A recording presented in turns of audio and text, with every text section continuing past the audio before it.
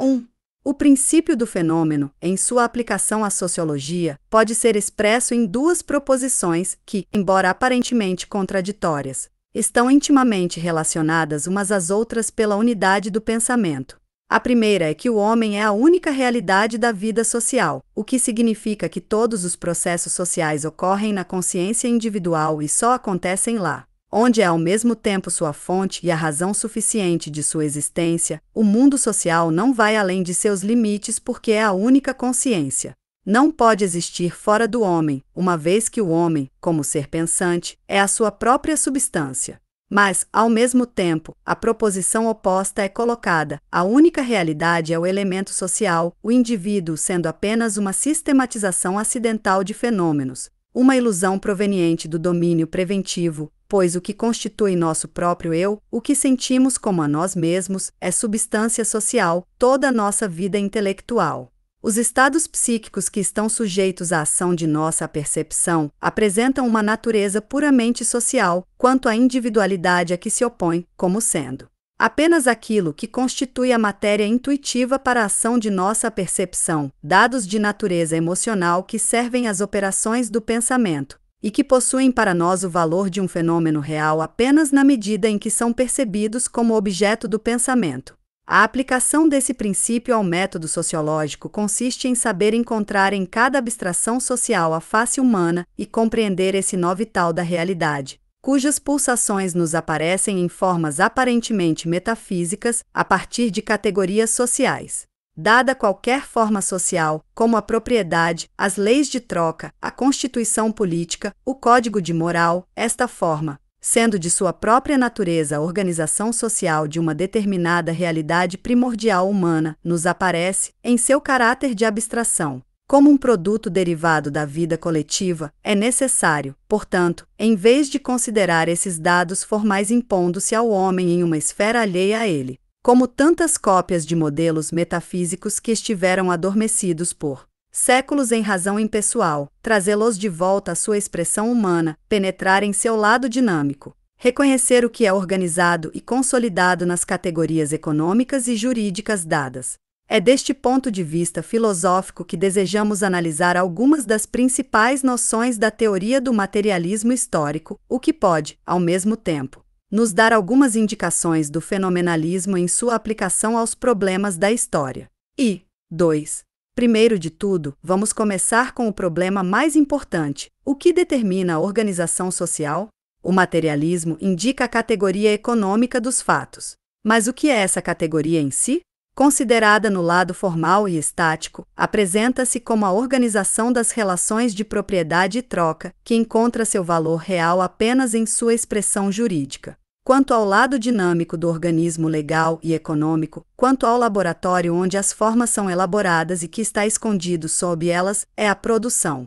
É ao mesmo tempo que esta caldeira alquímica, onde a história e a civilização lançam todas as suas aquisições e todos os seus produtos para que sejam transformados em sementes de uma nova vida social.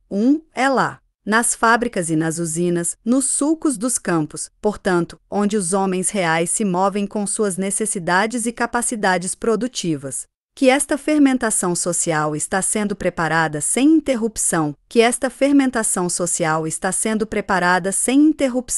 o que força as categorias históricas a todo o seu carrossel dialético, esta questão da vida coletiva, que se cristaliza em sua superfície nas formas consolidadas de fatos econômicos, morais ou políticos. Existe aqui um idioplasma de organismos sociais que, ao dar nascimento aos vários órgãos e funções, ao mesmo tempo em que se envolve com uma teia de abstrações legais e outras emanações ininterruptas, que são a ideologia coletiva e que se formam em torno de sua fonte como uma nebulosa de vapores, um sinal visível da vida fervendo em seu interior, constantemente renovando e reincorporando os elementos das modificações produzidas na superfície a fim de remodelar em seu seio a essência de novos germes idioplásticos e recomeçar com eles o processo revolucionário de elaboração de um novo organismo. Tudo que a política, a moral, a ciência ou a religião depositam no cérebro humano, todos os fatos da história, todas as aquisições da civilização, tende a ser transformada em alguma nova necessidade ou capacidade produtiva e, sob um ou outro desses aspectos, desce a essa camada profunda da vida social, onde continuamente fermenta sua matéria formativa, forças técnicas na luta adaptativa com a tensão vital. Deste modo, cada época passada da história deixa seu legado revolucionário, perseguido da face da Terra como um fantasma do passado. No entanto, continua a viver nos fermentos profundos da organização social, no aspecto de seus símbolos técnicos e culturais. A invenção de Arkwright, ao introduzir na manufatura uma nova força produtiva, torna-se o ponto de partida de vários processos sociais. Os pequenos tecelões vão à falência e aumentam as fileiras do proletariado assalariado. Os campos dos servos são transformados em pastos para as ovelhas. Os expropriados carregam suas campanhas nas cidades. Sua mão de obra barata, o lar doméstico é sacudido em suas fundações pelo trabalho industrial de mulheres e crianças. As regras das corporações e da servidão são reduzidas ao absurdo pela produção mecânica, o artesão arruinado, o fazendeiro transportado para a fábrica, a mulher arrancada de seu retiro doméstico. Tornam-se cérebros dos quais uma nova ideologia se irradia. Mas esse mesmo ponto de partida técnico é, ao mesmo tempo, o produto de uma multiplicidade de processos sociais heterogêneos que o precederam. A separação entre o campo e a cidade, a destruição da produção natural, mercados ampliados, rotas comerciais protegidas, segurança do Estado. O desenvolvimento das ciências exatas, de modo que a invenção de Arkwright possa aparecer como um novo elemento da produção social, os séculos do Renascimento e da Reforma, as insurreições dos camponeses, as lutas do absolutismo monárquico contra os senhores feudais, o espírito de aventura dos navegantes, as obras dos Galileus e dos Newtons, milhares de esforços heróicos nos altares de várias ideias, todos os quais, embora não tendo, na consciência humana, nada em comum com a técnica produtiva e cultura vital, mas historicamente, pelo processo inconsciente da causalidade objetiva, foi definitivamente transformado em novos fatores técnicos e culturais,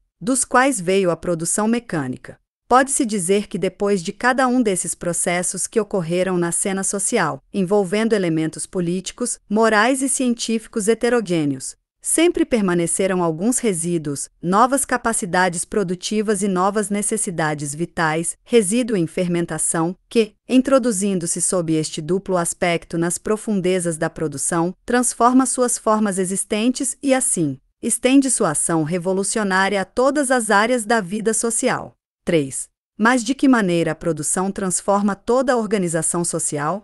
Em virtude de que propriedades misteriosas pode possuir o privilégio de moldar todos os processos da vida coletiva que, por sua própria natureza, por seu conteúdo sociopsicológico, religioso, ideológico, político, moral, são tão estranhos a ele sem medida comum?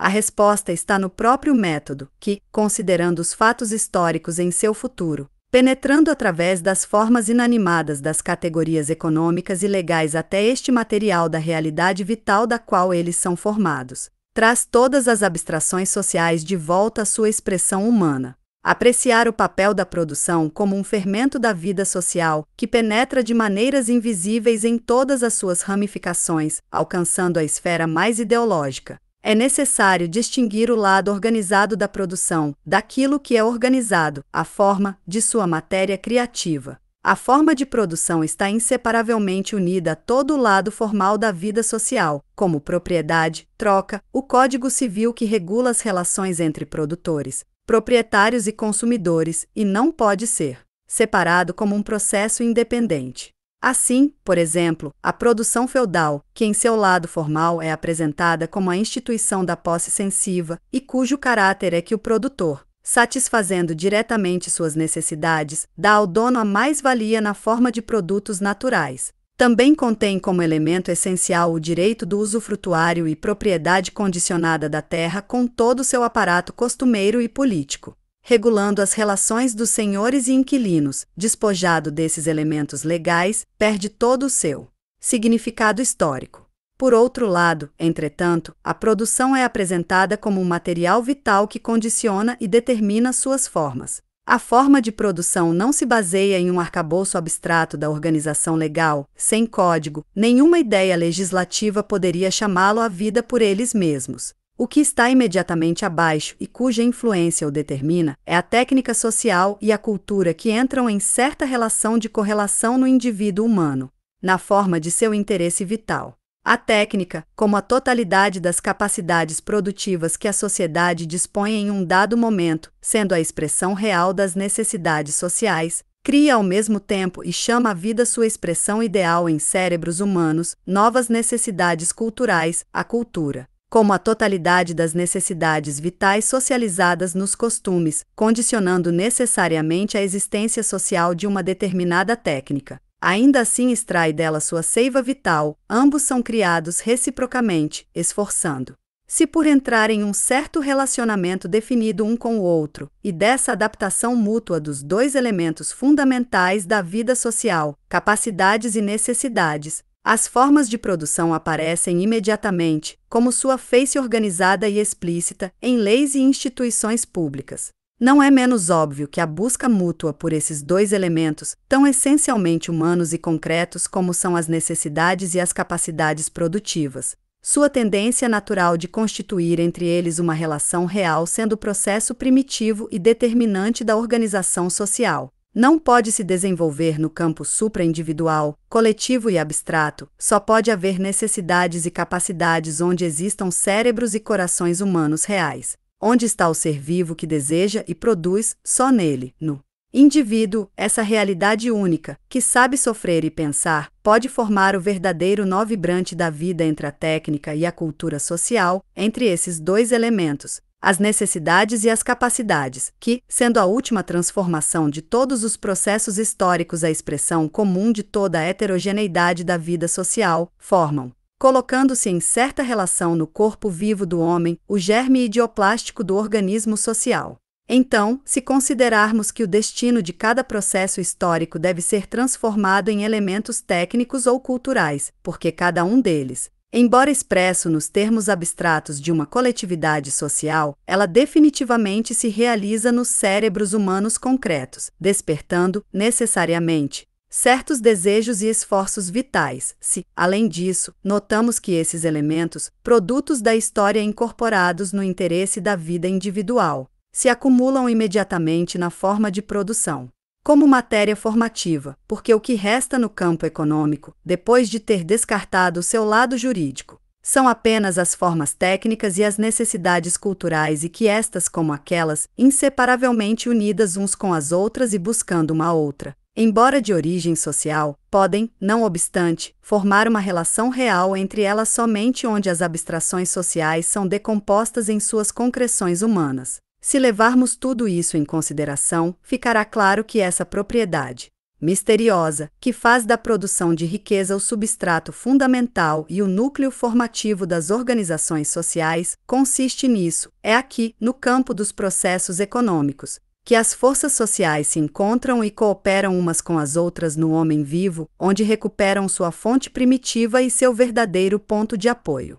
O resultado seria que na base de qualquer organização social se poderia encontrar uma certa relação específica entre técnica e cultura, expressa individualmente, e que esta cooperação de capacidades e necessidades sociais produtivas no indivíduo seria a verdadeira alma vivificante da história, a vida coletiva em nuce, aproveitada em seu lado real. De fato, podemos encontrar em toda a série de organizações sociais esse fio biológico indo em suas profundezas, procurando por instituições jurídicas e correntes de ideias, seu correlato econômico, não nos detemos na forma de produção, pois ela é apenas uma organização manifesta de algo essencial, mas que alcançamos sua substância formativa. A técnica social e a cultura entrando em um relacionamento real através do indivíduo.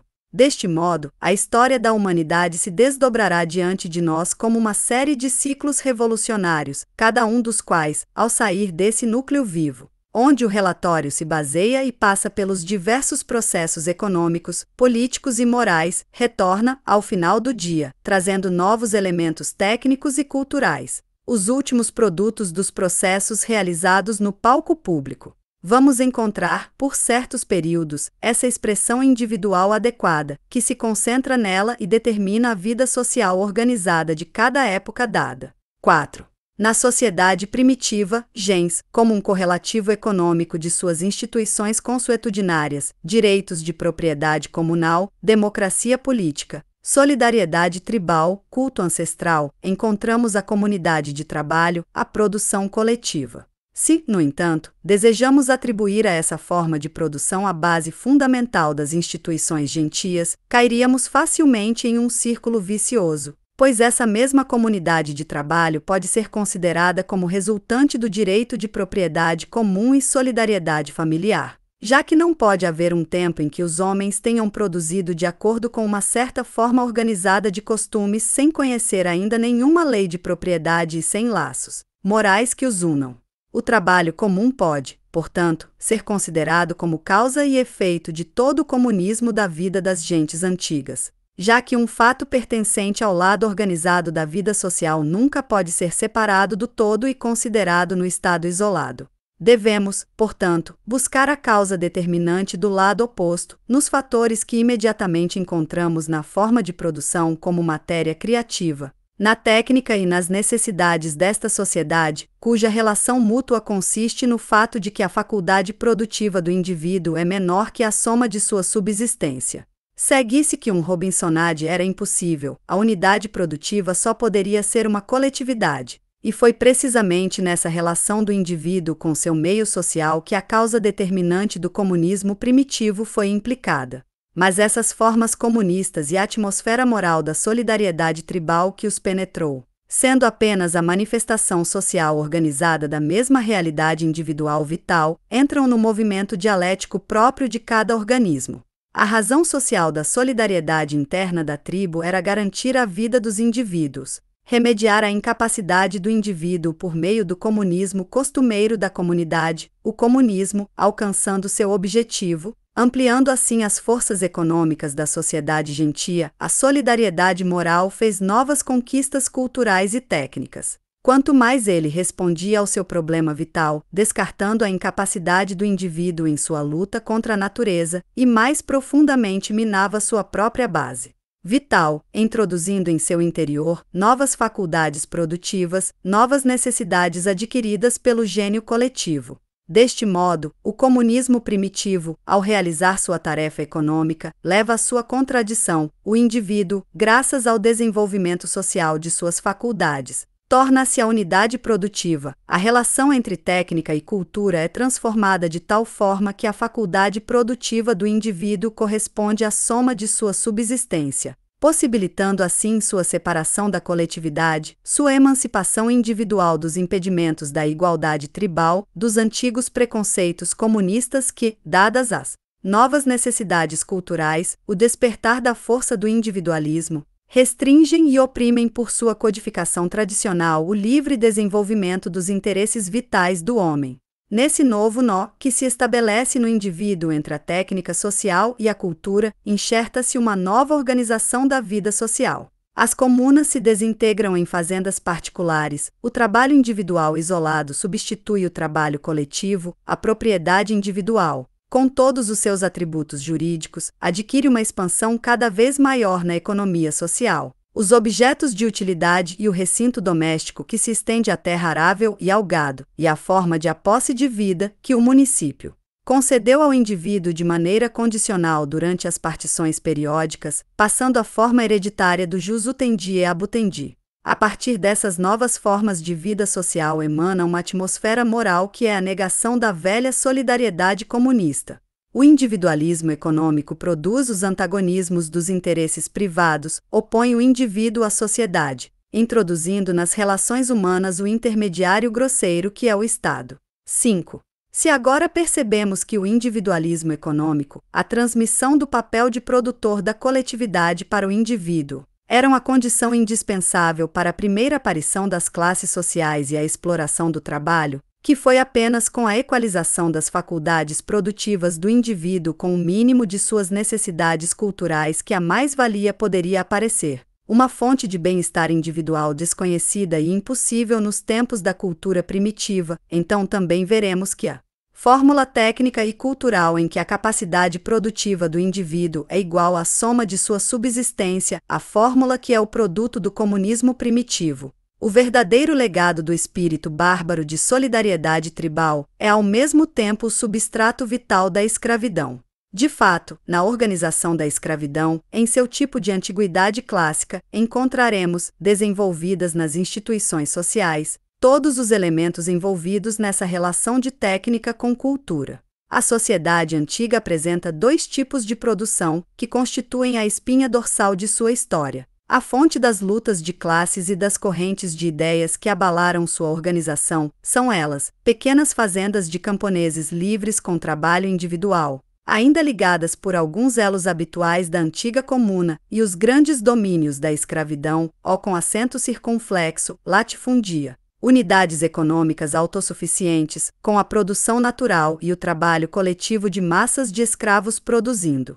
Mais-valia tendo apenas um valor de uso, que satisfaz diretamente as necessidades da casa senhorial sob a forma de vários produtos. A escravidão, que, do ponto de vista jurídico, se apresenta como a conversão do homem em um objeto de propriedade individual ilimitada, em que a força de trabalho ainda não está legalmente separada de seu possuidor, do ponto de vista técnico e cultural, a extração de mais-valia, destinada exclusivamente ao consumo, a partir do trabalho cooperativo de um grupo humano. A razão suficiente para esses dois tipos econômicos está implícita na fórmula acima.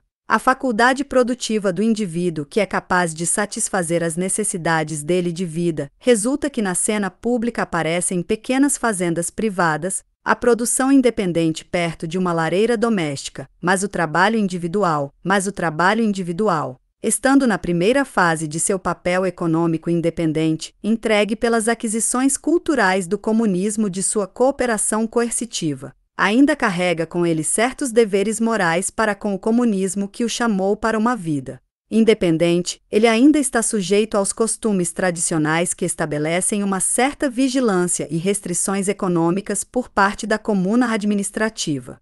Por outro lado, desde a faculdade produtiva do indivíduo, sempre concebida como expressão individual da técnica social, não pode dar mais do que a subsistência do próprio trabalhador ou de uma unidade familiar, é necessário obter mais-valia para ter um trabalho coletivo, cooperativo, pois é somente dessa nova força que surge de uma aglomeração organizada de esforços individuais. Do excedente de produtividade que a cooperação dá à simples soma de obras isoladas, que pode advir da mais-valia, que, não sendo o equivalente da subsistência do trabalhador, é por esse fato suscetível de apropriação.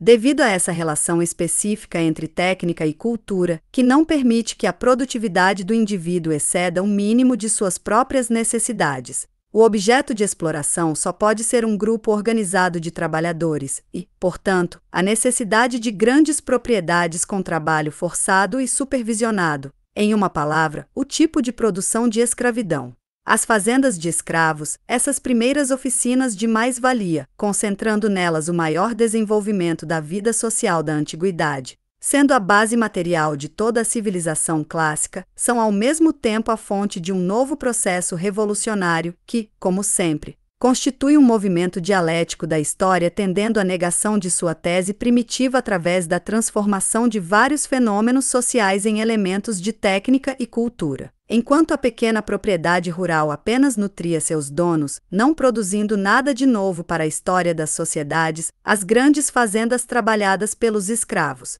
criando mais-valia pelo gênio da cooperação coercitiva, ao mesmo tempo, eles produziram uma nova espécie de homens, libertos do jugo do trabalho físico, e geraram a fonte de novos desejos e novas tendências sociais. É deles que emana o processo de concentração agrícola tendendo a aumentar a força cooperativa da qual a mais-valia veio, como também a política de conquista, que se destinava a fornecer material humano para os escravos a essa força produtiva, o militarismo, o desenvolvimento da ideia e organização do Estado que pede a cooperação das civilizações dos vários países e põe todo o seu peso na pequena propriedade rural dos camponeses livres, finalmente, a dissolução cada vez maior dos antigos laços comunais sob a influência do estatismo generalizado em toda parte, e a crescente multidão de homens sem propriedade, composta de recém-chegados não pertencentes a qualquer comunhão, filhos ilegítimos a quem as comunas não concedem direitos de cidadania nem qualquer parte da herança, de camponeses que perderam suas terras por dívidas não pagas ou impostos estaduais, ou para os quais foram violentamente removidos para fechar um latifúndio, em uma palavra, toda uma plebe livre, a quem a escravidão fechou o acesso da produção. Todos esses processos que tendem a fortalecer a cooperação produtiva coercitiva, portanto, para tornar as instituições jurídicas da escravidão mais sólidas, sendo o produto histórico imediato de seu desenvolvimento, constituem ao mesmo tempo tantos agentes de sua morte, pois foram acompanhados, a partir de uma sombra inseparável, por uma lenta mas contínua transformação da técnica e da cultura social. Quanto mais a escravidão externa era fortalecida em suas instituições jurídicas e econômicas, mais fraca se tornava em seu núcleo interno. Pois o que no palco histórico era o florescimento e a alavanca da organização dada, foi transformado em seu interior humano em novas necessidades e faculdades, que se infiltraram, agentes de decomposição, até nas profundezas sociais, ao nó de técnica e cultura em que se escondia toda a alma, o pulsar da vida da sociedade antiga. Sob sua influência, esse nó é transformado em uma relação na qual a faculdade produtiva do indivíduo já fornece não apenas seu sustento,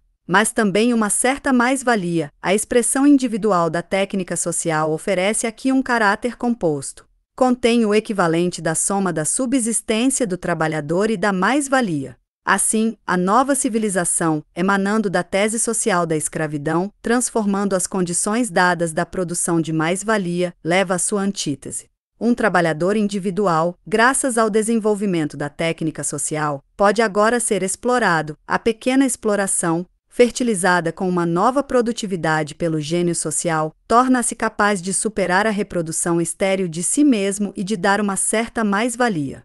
O resultado é que as massas escravas trabalhando sob o chicote, que essa força coercitiva de cooperação deixa de ser uma necessidade econômica. Ao mesmo tempo muda o correlativo ideal da técnica às necessidades culturais. O gosto das classes dominantes, que se desenvolvem nos grandes centros da população, em Roma e nas cidades do Mediterrâneo, exige um trabalho cuidadoso e diligente. Muitas vezes realizado com paixão artística, exige produtos de pequena cultura, objetos delicados, produção ansiosa, um certo prazer criativo por parte dos trabalhadores.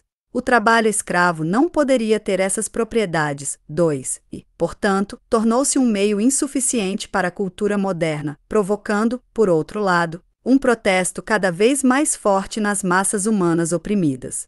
Deste modo, entre a forma de vida social e os interesses de classes e civilização, uma contradição sempre maior surgiu: a escravidão, que criou toda a cultura antiga, está agora começando a impedi-la em seus quadros e dá origem a uma série de contradições sociais. No entanto, essas contradições são resolvidas em uma nova relação que se forma no indivíduo entre a técnica e a cultura social, nascida sob a influência da escravidão.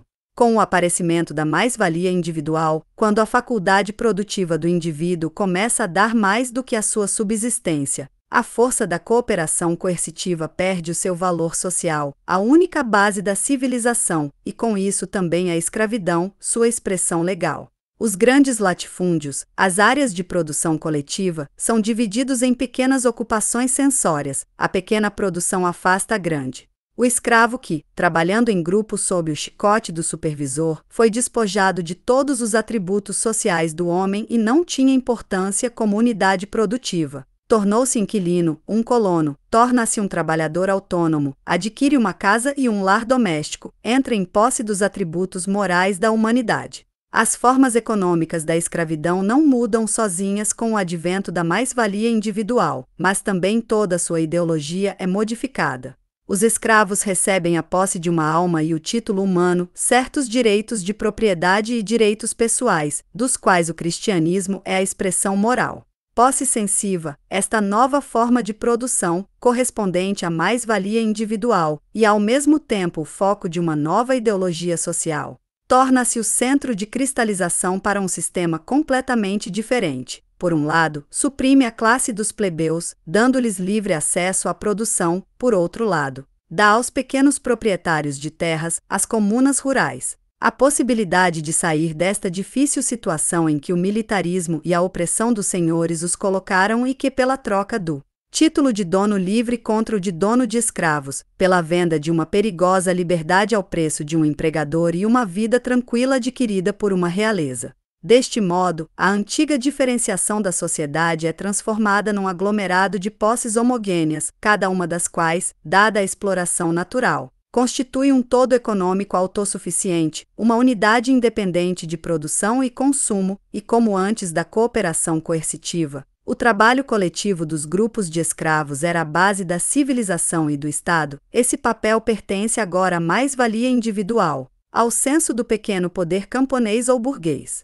Estamos, portanto, em plena sociedade feudal. 6. Considerando agora as instituições jurídicas e costumeiras da sociedade feudal, seria fácil mostrar que seu elemento criativo é encontrado inteiramente nesta fórmula técnica e cultural, que surgiu do desenvolvimento da escravidão como seu produto dialético, fórmula, que estabelece que a produtividade social do trabalho individual já se tornou uma fonte de mais-valia.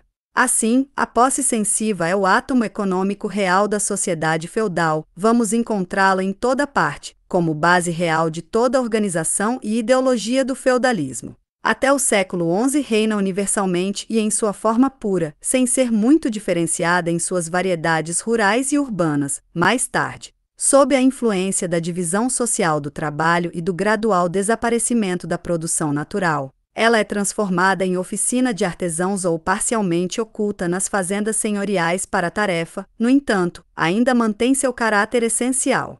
Produção individual de mais-valia destinada ao consumo, valores de uso simples. Sua expressão jurídica é encontrada, por um lado, na forma de propriedade como direito de usufruto condicional, que substitui a concepção romana de propriedade individual absoluta, é a propriedade revogável e vivificante, o feudum, sem a liberdade de herança, venda, transação e hipoteca, sobrecarregada com direitos senhoriais, o ponto central de toda a legislação feudal. Por outro lado, encontramos na legislação e nos costumes o caráter de valor de uso do ganho de capital na primazia dos interesses qualitativos da produção sobre seus interesses quantitativos, em uma regulação rigorosa da produção, na fixação legal do censo e do dia de trabalho, em uma estrita vigilância da qualidade dos produtos, dos quais as guildas são a expressão mais perfeita. Isso corresponde à natureza econômica da posse sensiva como produtora de mais-valia na natureza e como uma unidade produtiva e consumidora independente, de acordo com o tipo de economia natural. Esta mesma base econômica encontra-se na organização política da sociedade feudal, a aglomeração homogênea de unidades produtivas isoladas. O censor pousa com uma produção natural, regido pela lei da propriedade condicional, correspondem à descentralização política, a rede de pequenos estados vassalos e suzeranos com uma completa autonomia doméstica, legislativa e militar. Se, além disso, observamos que o produto psíquico imediato dessa produção isolada do indivíduo, que forma a base da posse sensiva, consiste na predominância do mundo da natureza sobre o mundo social, no individualismo, que este Robinsonade deve necessariamente dar origem à necessidade do castelo feudal, do defensor material e da igreja, guardião moral, que o individualismo, exuberante em um ambiente vital do qual o elemento social foi largamente eliminado, constitui uma fonte inesgotável de fantasia mística, da identificação do homem com a natureza, do antropomorfismo que penetra todas as coisas e, ao mesmo tempo, de um enfraquecimento da força consciente criativa do homem. Então, a partir da posse sensiva desenvolverá diante de nós toda a ideologia do feudalismo com seus fantasmas lúgubres de destinos humanos pós-terrestres e sua moralidade de honra cavalheiresca, imbuída de demonismo e uma fé quase infantil na providência, ideologia que criou e animou por tantos séculos todo este mundo meio fabuloso de ações heroicas, templos góticos, ascetismo de eremitas, mundo cheio de seres misteriosos, bruxas e demônios, que encheram todos os lugares misturado com todas as ações humanas, coexistindo com os homens, influenciando sua conduta e destino como seres reais. Chegamos assim a uma nova tese dialética, a segunda da nossa série, a escravidão, tendendo em seu desenvolvimento histórico para reforçar sua cooperação coercitiva. Assim transforma a relação da técnica e da cultura social em uma relação que contém mais-valia individual e assim leva à sua contradição.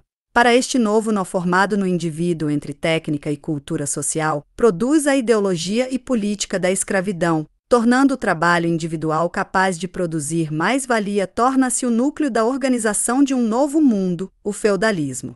7. A terceira tese pertence aos séculos do Renascimento, a reforma e as insurreições dos camponeses. É o nascimento doloroso do capital no seio do mundo feudal, marcado pelo sangue na história humana. Os cronistas enumeram uma longa série de anos durante aquela época em que sinais misteriosos e assustadores aparecem no céu, visíveis em países e cidades inteiras, se esta não fosse uma profecia apocalíptica que desceu à terra. Estes sinais subiram da terra de qualquer maneira para projetar no céu, eram uma manifestação coletiva da decomposição. Lutas e problemas ideológicos que borbulhavam pelo cérebro humano e puxavam os corações, eles eram como um presságio simbólico de que algo novo, algo até então desconhecido e indizível, monstro ou salvador, apareceria no mundo humano como o verdadeiro sinal desta cabala psíquica que a história, este criador de cartas, compõe no fundo da alma humana. A desgraça do feudalismo estava em sua ideologia.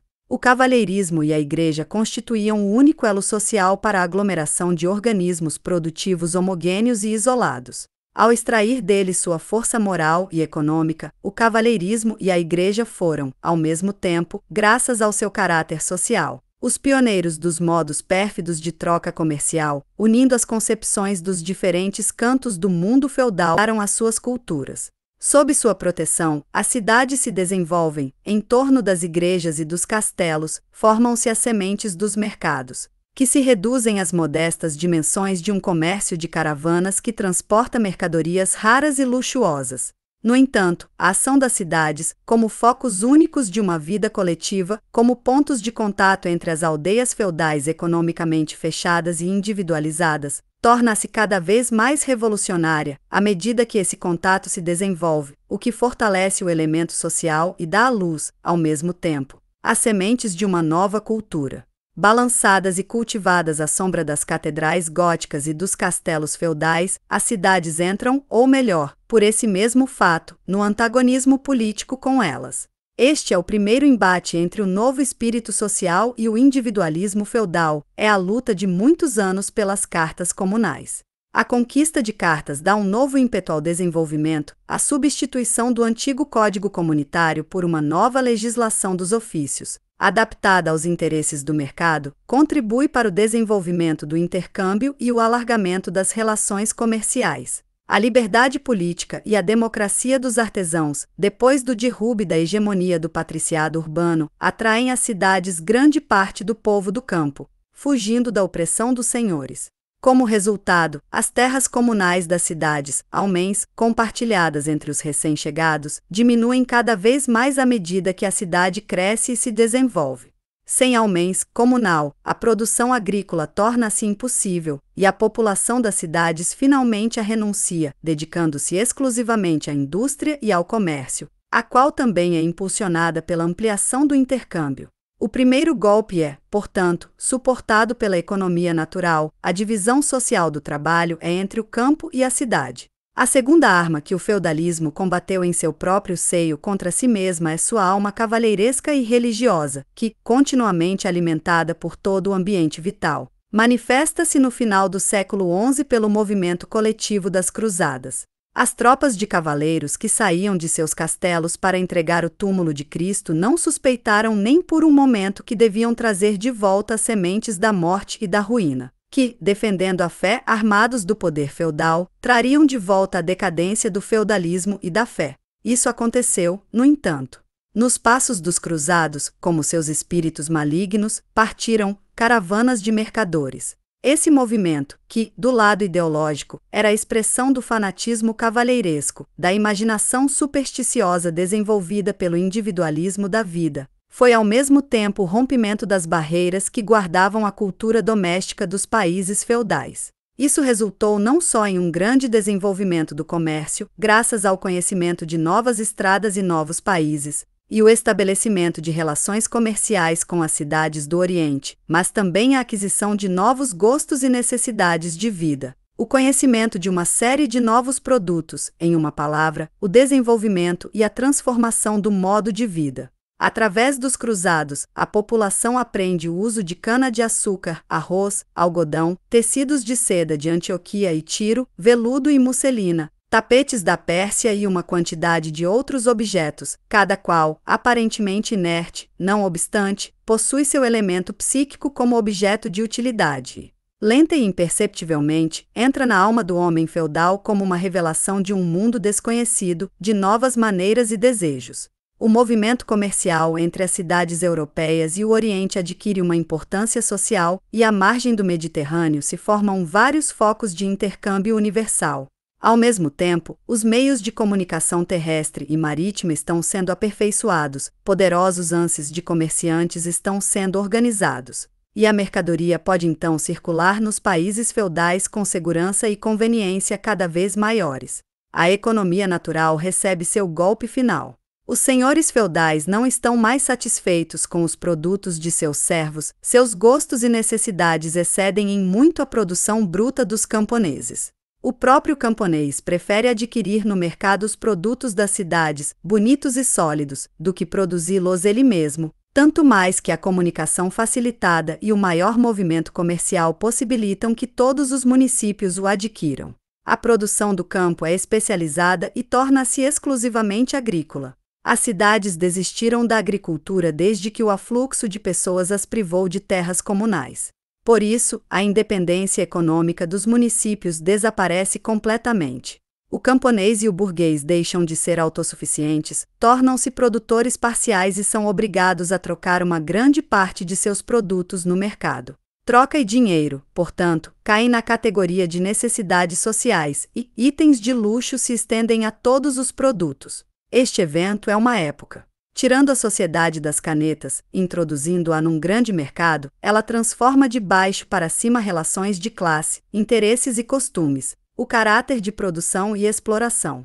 Fecha a série de sociedades antigas baseadas na economia natural, as comunas primitivas, os escravos, as posses feudais, e abre a série de sociedades modernas. Com a economia monetária, o feudalismo exequível, o capitalismo servil e o capitalismo liberal. Antes dele, o produtor é uma unidade independente e isolada, a produção, uma satisfação imediata de suas necessidades, o produto, um objeto não trocável de utilidade, e a sociedade, uma aglomeração solta de unidades econômicas homogêneas, unidas por um cimento puramente ideológico. Depois dele, o produtor se torna parte integrante de um grande organismo, incapaz de subsistir isoladamente, o produto adquire a natureza traiçoeira do valor de troca, e a sociedade, diferenciando-se em seus elementos componentes, transforma-se em um todo orgânico. É aí que a nova série de transformações começa.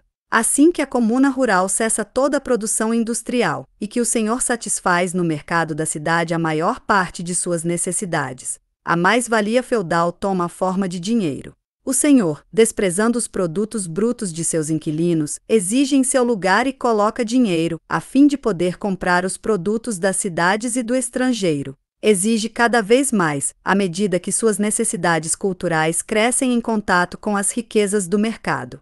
Anteriormente, a mais-valia, que era paga em galinhas, ovos, farinha, calçados, etc., era necessariamente uma quantidade limitada e constante. Agora, sob o misterioso véu do dinheiro, existe uma infinidade de mercadorias diferentes que ninguém pode prever o que ele pode desejar no rico mercado do mundo e, consequentemente, tende a extorquir da força de trabalho que está sujeita a ela, tanto quanto possível, a mais-valia. Daí o aumento da exploração feudal, o aumento dos royalties, a conversão do censo e o tamanho do dinheiro, os direitos de passagem, pedágio em rios e estradas, os direitos de produtos e vendas, as banalidades de imprensa, forno, moinho, que cobram dos inquilinos uma multitude de contribuições pecuniárias e assim destroem sua antiga facilidade sem retorno. Além disso, um novo tipo de fazenda senhorial está sendo criado.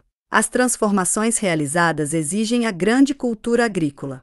Os censos dos homens perdem a importância que tinham até então, porque, com a produção para a troca, a qualidade dos produtos rurais torna-se indiferente, tanto para os produtores como para os senhores.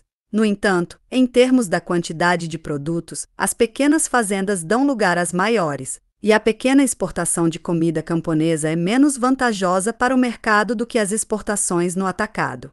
Sob o regime da economia natural, a grande cultura agrícola, fornecendo um excedente de produtos inúteis, teria sido sem objetivo, tanto agora. No sistema de troca, esse excedente é o principal objetivo da produção, é trazido ao mercado e dá um benefício pecuniário. Além disso, com o desenvolvimento das relações sociais também desaparece a importância política dos inquilinos. Anteriormente, sob o regime de descentralização e independência política dos feudos, o número de inquilinos decidia o poder do senhor. Agora que o aumento do absolutismo monárquico, produto do desenvolvimento dos fatores sociais da vida, tira o poder político dos senhores e reduz a influência moral da polícia do Estado, esse interesse desaparece e apenas os lucros econômicos permanecem. A entrada de produtos no movimento de troca, substituindo requisitos quantitativos para requisitos qualitativos, afirma a predominância da agricultura em larga escala sobre as pequenas e faz com que a formação de fazendas seja uma tarefa difícil.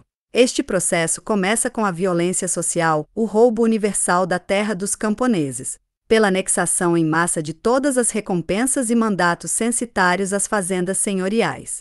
Milhares de pequenas fazendas rurais estão arruinadas e transformadas em domínios senhoriais, e seus habitantes tornam-se peregrinos livres, é o primeiro proletariado. Os domínios dos senhores, que antes constituíam a aglomeração das pequenas ocupações censórias, agora combinam neles dois tipos econômicos, o velho, o censor e o novo, a tarefa.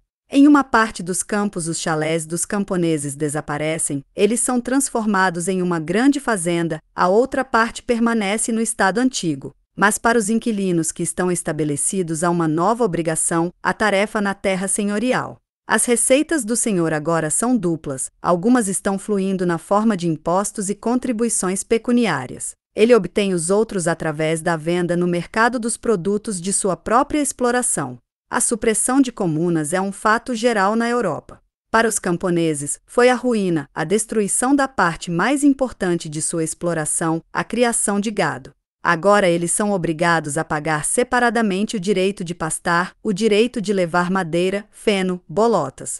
A antiga facilidade dos camponeses desaparece sem retorno sob a opressão de novas acusações feudais, às quais se acrescenta um fardo mais pesado, a tarefa. Por outro lado, a forma monetária dos royalties, levando o camponês para o mercado, muda completamente a sua situação vital. O produtor anteriormente independente, que estava sujeito apenas às influências imediatas da natureza, isolado e totalmente independente da sociedade, está agora preso na grande rede de relações sociais diferentes e sujeito ao mercado, deve sentir todas as mudanças e flutuações, cruzar com ele bons e maus momentos. Seu gabinete está sob o poder despótico de forças sociais cegas que, ao produzir uma contínua oscilação de preços no mercado, estão impiedosamente jogando em seu bem-estar econômico. Sob a influência desses distúrbios, uma grande revolução moral é feita na alma do camponês, a bancarrota da velha moralidade serve, falência da qual se tem expressão nas guerras dos camponeses, na nova ideologia do comunismo cristão, pregada por Munzer, bem como na lenta formação de todos os elementos psíquicos que encontramos mais tarde no proletariado, como um novo tipo de espírito humano. Mas a mais-valia feudal na forma de dinheiro ainda não constitui o capital. A mais-valia feudal conserva seu caráter de valor de uso. Toda a transformação consiste apenas naquilo que, se antigamente, nos tempos felizes da economia natural, ela passou das mãos dos produtores imediatamente para o estômago do senhor. Agora, para alcançar o mesmo objetivo, ela precisa passar pelo mercado duas vezes. O desenvolvimento do sistema de troca, a metamorfose universal de produtos de utilidade simples em bens bilaterais, também está revolucionando a organização interna das cidades feudais. Dentro das guildas de ofícios aparece o antagonismo das classes entre os mestres e os companheiros. A oficina patriarcal é transformada em um campo de guerra e greves. As guildas se opuseram desde que o domínio tornou-se quase um monopólio hereditário. No entanto, as corporações começam a ser dominadas por uma nova força social, a classe dos comerciantes, que é a expressão imediata do novo tipo de economia monetária. É a única classe em cujas mãos as lojas de ouro se acumulam. Quando todos os outros comem sua renda em dinheiro, os mercadores, como se sentissem a aparência próxima do capital, poupam e acumulam. Enquanto aguardam a chegada deste grande momento em que as barras de ouro, até então inanimadas e descansando nas profundezas dos tesouros, se tornarão vivas sob o sopro divino do capital e começarão seu interminável processo de reprodução espontânea. Graças a essa poupança prudente, a classe comercial ocupará mais tarde uma posição de liderança na sociedade e dará origem à burguesia. No entanto, tudo isso prepara apenas as condições sociais para o capital, produz o material suscetível a receber sua ação, mas não sua própria essência. A ruína das posses censurárias, a opressão da tarefa, a expropriação, as revoltas dos camponeses, este é apenas o prólogo da grande tragédia do capitalismo. A condição essencial para que ela apareça foi o nascimento de uma nova mais-valia na fórmula técnica e cultural da mais-valia, que, sendo libertada dos fins da utilidade individual, poderia cumprir uma função puramente social, com o único destino de um crescimento sem fim na sua qualidade de força produtiva e cultural do mundo humano. No nascimento dessa mais-valia, toda a dialética da história do feudalismo estava tendendo. A aparência do interesse quantitativo da produção, a conversão de objetos úteis em mercadorias, a formação do mercado universal, o proletariado e a acumulação de ouro comercial, esses são novos fatores e forças sociais que, mais cedo ou mais tarde, teriam de criar sua síntese. Um novo tipo econômico, a produção cooperativa, e levar os cérebros do Arkvriget e do Watt à invenção de uma nova técnica. A nova cooperação, que aparecia nas tarefas e nos fabricantes dos mercadores, era portanto o berço do capital. O valor que aqui foi produzido pela força coletiva dos trabalhadores, superando a soma dos valores produzidos individualmente, contidos nele, não apenas a mais-valia em valores de uso, destinados ao consumo, produto do trabalho individual, mas também uma nova mais-valia, até então desconhecido do mundo humano, de caráter puramente trocável, produto da coletividade humana, que, além da esfera das necessidades pessoais dos proprietários, nasceu apenas para engendrar, através da sua transformação, em ferramentas de trabalho e força de trabalho, uma nova posteridade de valores, para realizar os sonhos humanos da civilização e para ser a força criativa e imortal da humanidade. Se, no entanto, esta espécie de mais-valia pode aparecer dentro de uma nova síntese produtiva de forças sociais, é apenas porque essa síntese,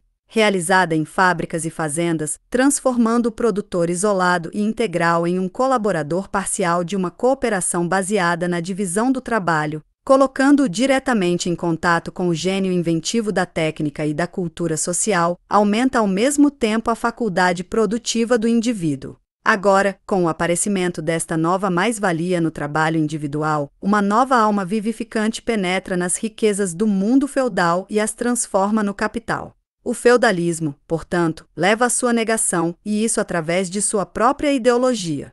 Pois é a partir daí que todos os agentes sociais que contribuíram para a formação de uma nova síntese produtiva derivam, pois, como a expropriação dos camponeses não poderia ter sido feita sem os direitos feudais, unidos intimamente com todo o sistema de concepções religiosas e morais daquela época. Assim, a grande conversão de objetos de utilidade em mercadorias não teria emergido espontaneamente das posses censórias, considerada como uma categoria puramente econômica, sem a ação desse espírito de cavalheirismo e fanatismo místico, que, apesar do individualismo dos recintos feudais, sendo ao mesmo tempo seu produto imediato, apresentava problemas coletivos perante ela, ensinados para os homens a linguagem social, criando assim a história das cruzadas e do renascimento. Assim, a terceira tese dialética repousa sobre o mesmo princípio que as anteriores: os processos históricos que emanam da ideologia feudal são convertidos em novos elementos técnicos e culturais, o que também traz a transformação do cerne da organização social.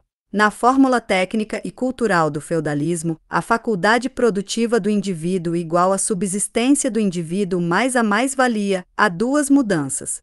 Em primeiro lugar, a mais-valia feudal, até então individual e percebida na natureza, assume a forma monetária, embora preservando sua finalidade de consumo. Em segundo lugar, o equivalente da faculdade produtiva do indivíduo é enriquecido por um novo elemento componente pelo surgimento da mais-valia capitalista, um caráter trocável, de uma natureza social e criativa.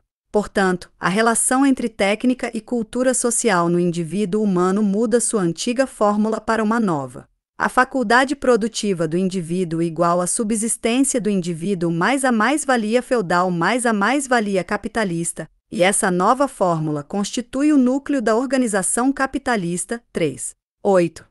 Essa análise dos três principais momentos históricos, embora rápidos e superficiais, nos permitirá compreender o significado adquirido pela tese materialista, que a produção é o fator determinante da organização social. Se reduzirmos essa tese ao seu próprio campo, o fenomenalismo sociológico, isto é, se considerarmos a história no próprio homem, como no único elemento concreto, que inseparavelmente reúne o lado individual e social do mundo, o pensamento e a natureza, a finalidade e o sentimento. O materialismo histórico traduz sua concepção monista da história na busca pelo correlativo econômico para todos os outros processos sociais. Ora, tal redução de toda a heterogeneidade dos fenômenos a um único termo homogêneo só é possível se considerarmos as relações sociais do ponto de vista evolutivo. Portanto, em sua evolução, em sua passagem de formas passadas para novas formas, em que a forma diferenciada dos fenômenos, fixada em uma categoria constante, desaparece, dissolve-se entre sua causa e seu efeito, e revela em seu lugar a coisa íntima, oculta sob a aparente diferenciação, da qual se origina o fenômeno dado, e esta que dá origem ao fenômeno seguinte.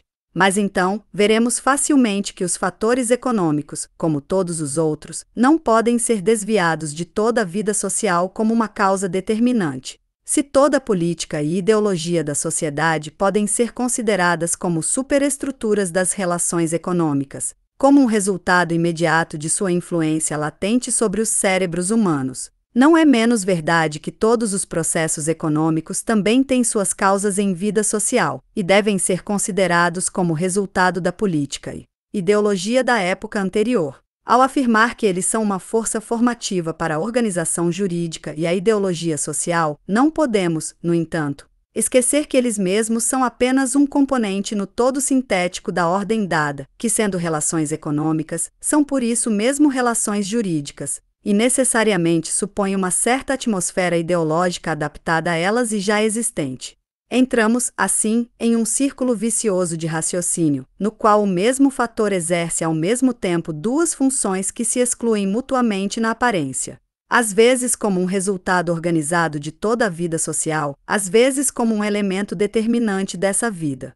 Mas essa duplicidade de natureza também contém a solução do monismo histórico.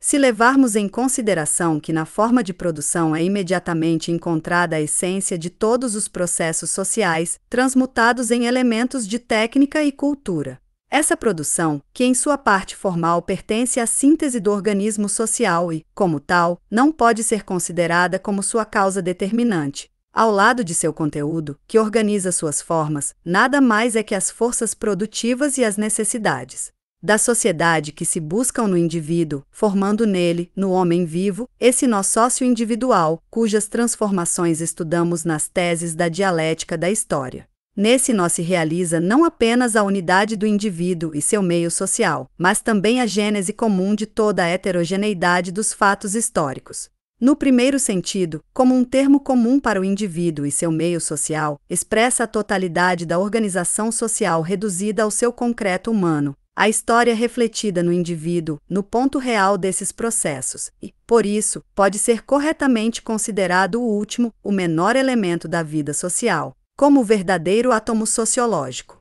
Assim, por exemplo, toda a história do feudalismo, reduzida ao indivíduo, é encontrada na fórmula discutida acima. A faculdade produtiva do indivíduo igual sua subsistência mais a mais-valia em espécie. E essa fórmula é a expressão individual da relação existente entre técnica e cultura social, pois, como vimos, desta fórmula pode ser deduzida toda a economia, política e ideologia do feudalismo. No segundo sentido, isto é, como termo comum de heterogeneidade social, essa relação de técnica e cultura, contida no indivíduo e oculta na produção, expressa a conversibilidade universal da organização social em elementos humanos, capacidades e necessidades, que também constituem as sementes de uma nova organização. E é por isso que pode ser considerado como o verdadeiro núcleo da vida, escondido sob o envoltório externo das formas sociais e realizando a continuidade da história. É a parcela imortal dos processos variáveis da vida social, a janela através da qual o fluxo perpétuo do presente entra no futuro.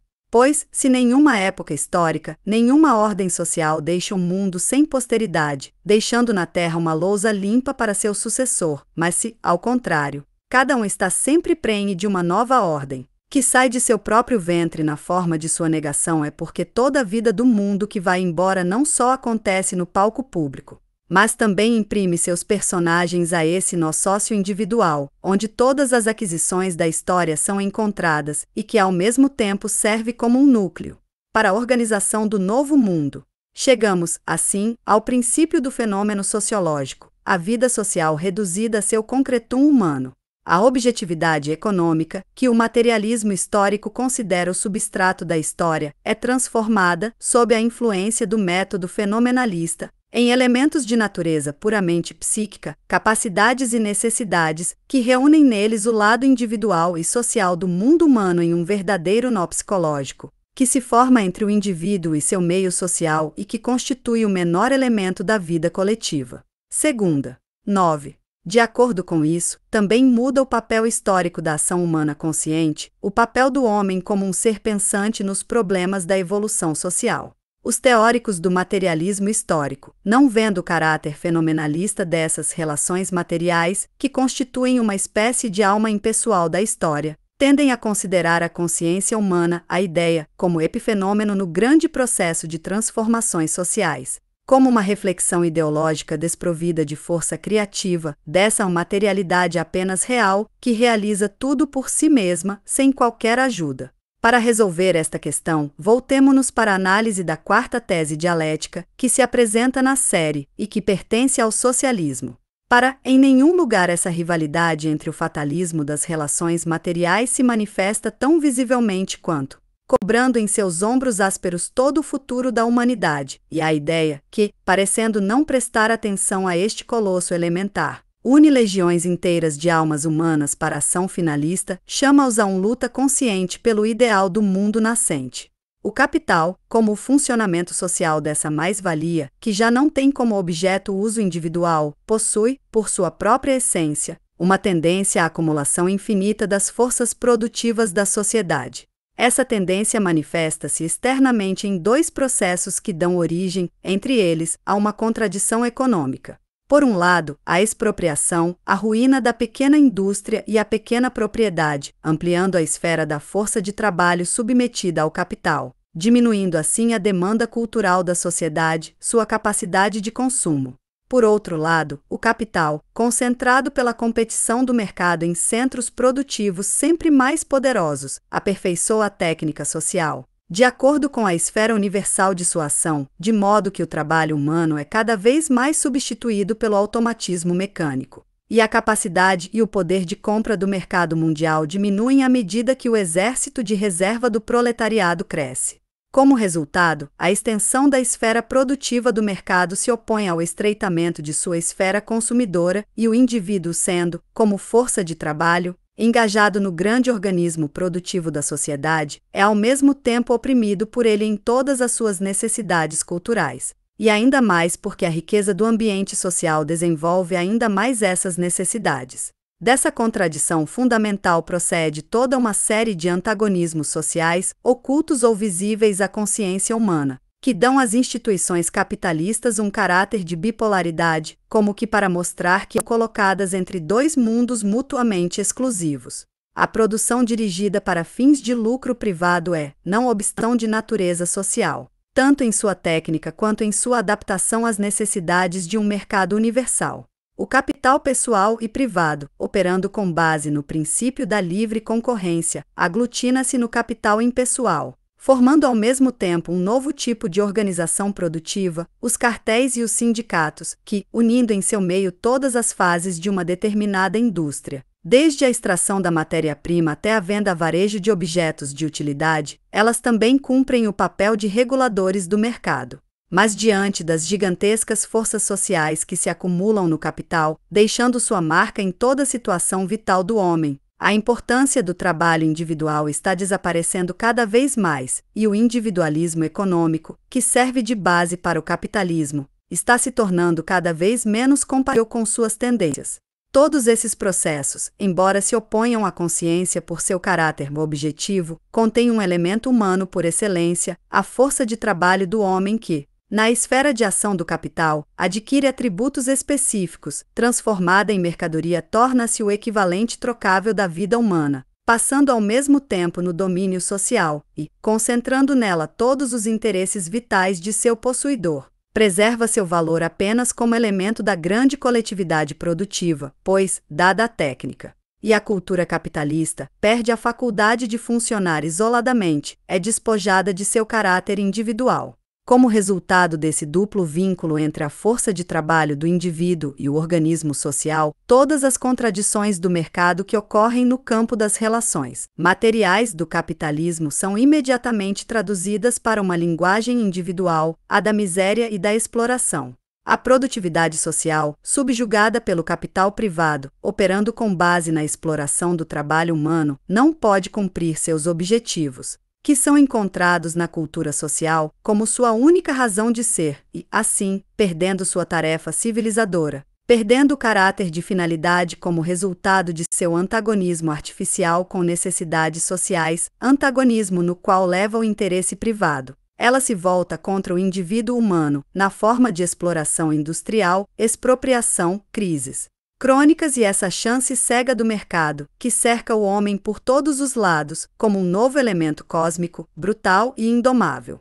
Mas essa mesma produtividade social prepara sob a direção do capital a efetiva libertação objetiva do homem, pois, transformando sua força de trabalho no equivalente das necessidades da vida e em um elemento da grande organização produtiva, servida pelo automatismo mecânico, realiza por si mesma a separação entre o ser humano e seu trabalho utilitarista, entre o indivíduo concreto e seu papel como produtor buscando a realização de suas necessidades materiais.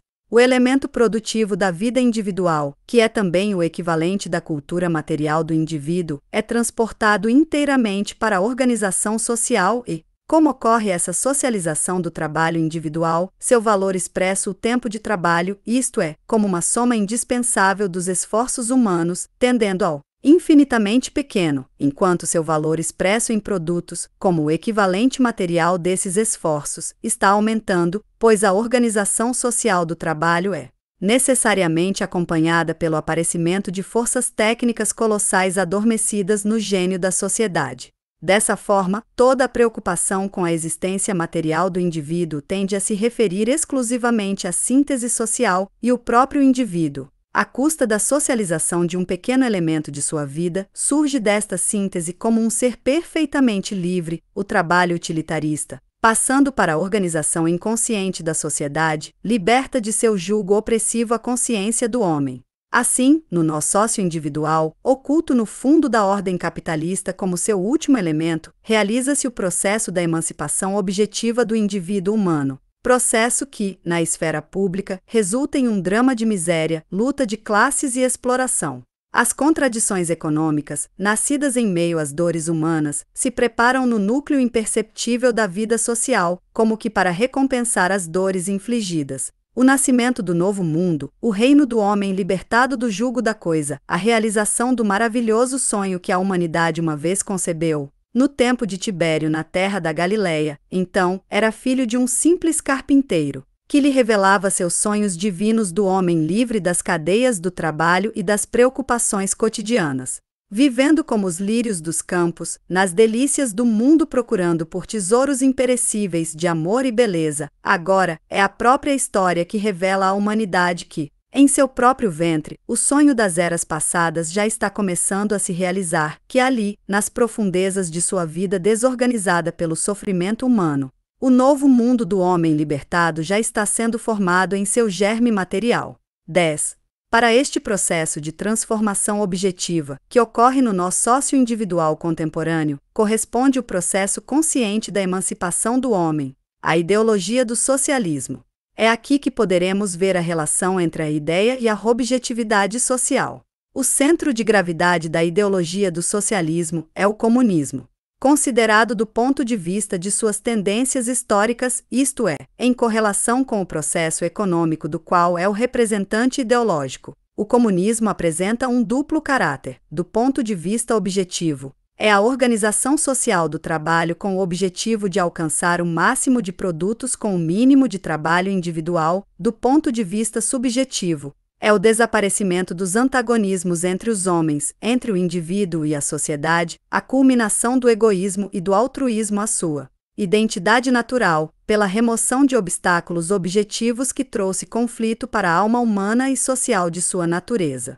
A primeira, a organização social do trabalho, significa libertação da mente do indivíduo de todas as preocupações relacionadas às necessidades materiais. O trabalho que satisfaz essas necessidades vai para a esfera social, assim como as outras necessidades orgânicas, por exemplo, respirar, pertencem à natureza inconsciente do homem, de modo que a consciência humana não é obrigada a cuidar do seu funcionamento.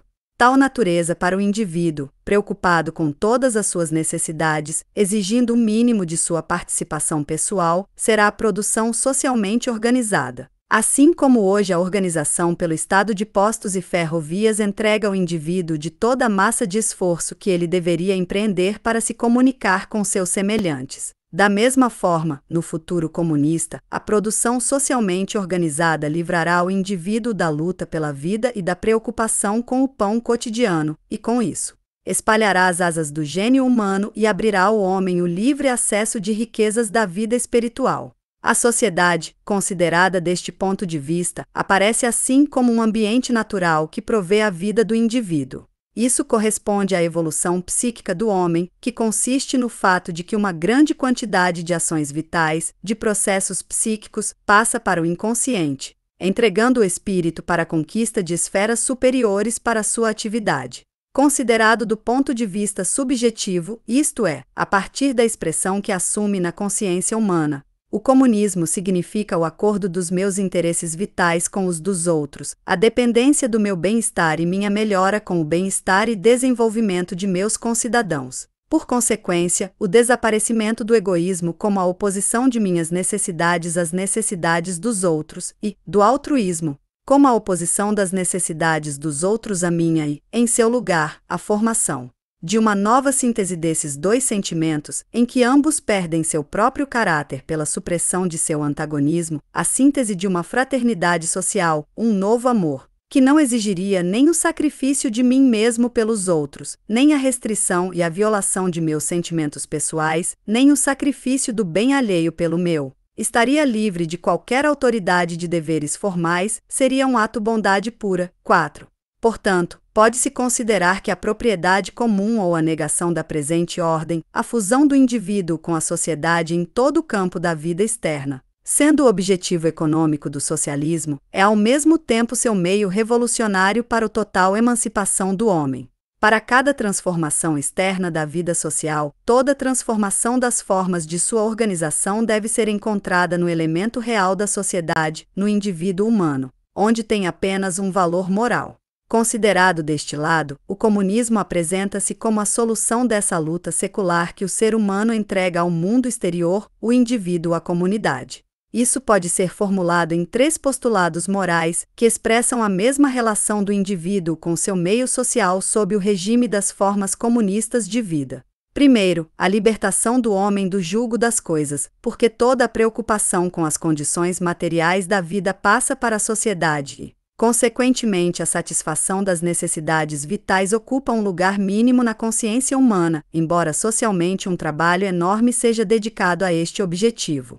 Esse é o ponto crucial do coletivismo, seu valor econômico. Segundo, a libertação do jugo dos instintos animais, do instinto de conservação, da fome, que, como o instinto da respiração, passará para o domínio inconsciente e perderá toda a supremacia na vida consciente do homem, pois o instinto de conservação, não mais impedido e violado pelas condições de vida como é hoje, mas, pelo contrário, satisfeito na organização social, desaparecerá como um componente da alma, e com ele todos os subprodutos psicológicos que se desenvolvem em sua base, como os sentimentos de egoísmo, orgulho, o prazer de dominar os outros, de ciúme. Terceiro, a libertação da restrição social de qualquer Estado, obrigando pela força física da polícia a observar as leis sancionadas. Essa restrição desaparece no momento em que a sociedade, organizada para uma produção coletiva, se torna como um ambiente natural do homem, satisfazendo suas necessidades vitais, uma espécie de segundo ambiente nutritivo.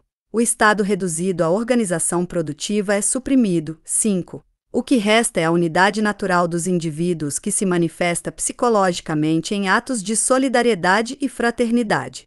A propriedade comum é, portanto, apenas uma base vital para a emancipação do indivíduo e a transformação da humanidade no sentido do ideal moral. É este novo mundo que criará uma nova humanidade. 11. Mas se a emancipação do homem, como um ser pensante, emerge diante de nós em sua plena luz, como o problema essencial do comunismo, por outro lado, principal motor histórico que o socialismo nos mostra para atingir seu objetivo é, antes de tudo, o homem. E, de fato, para o comunismo, essa base real do renascimento da humanidade, para se tornar um fato, não apenas deve ser alcançado o desenvolvimento conforme da técnica social produtiva, mas também uma socialização moral dos homens, para que eles estejam no auge das novas condições, onde apenas o sentimento de justiça governará a grande organização social. Antes da completa transformação da ordem social, que será o trabalho das gerações da história em si, as concepções dos contemporâneos sobre moralidade e justiça devem primeiro mudar completamente, disse a Internacional em seu manifesto. 6. A base técnica do comunismo existe como um fato do desenvolvimento histórico. A força moral humana é criada conscientemente pela atividade finalista aplicada ao mesmo lar onde a revolução material está se desenvolvendo. O ponto econômico da fermentação social, como vimos, é a força de trabalho que se transforma no nó sócio-individual da ordem atual. Ora, este elemento, embora legalmente separado, pela abstração, do ser vivo, constitui, na realidade, o próprio homem.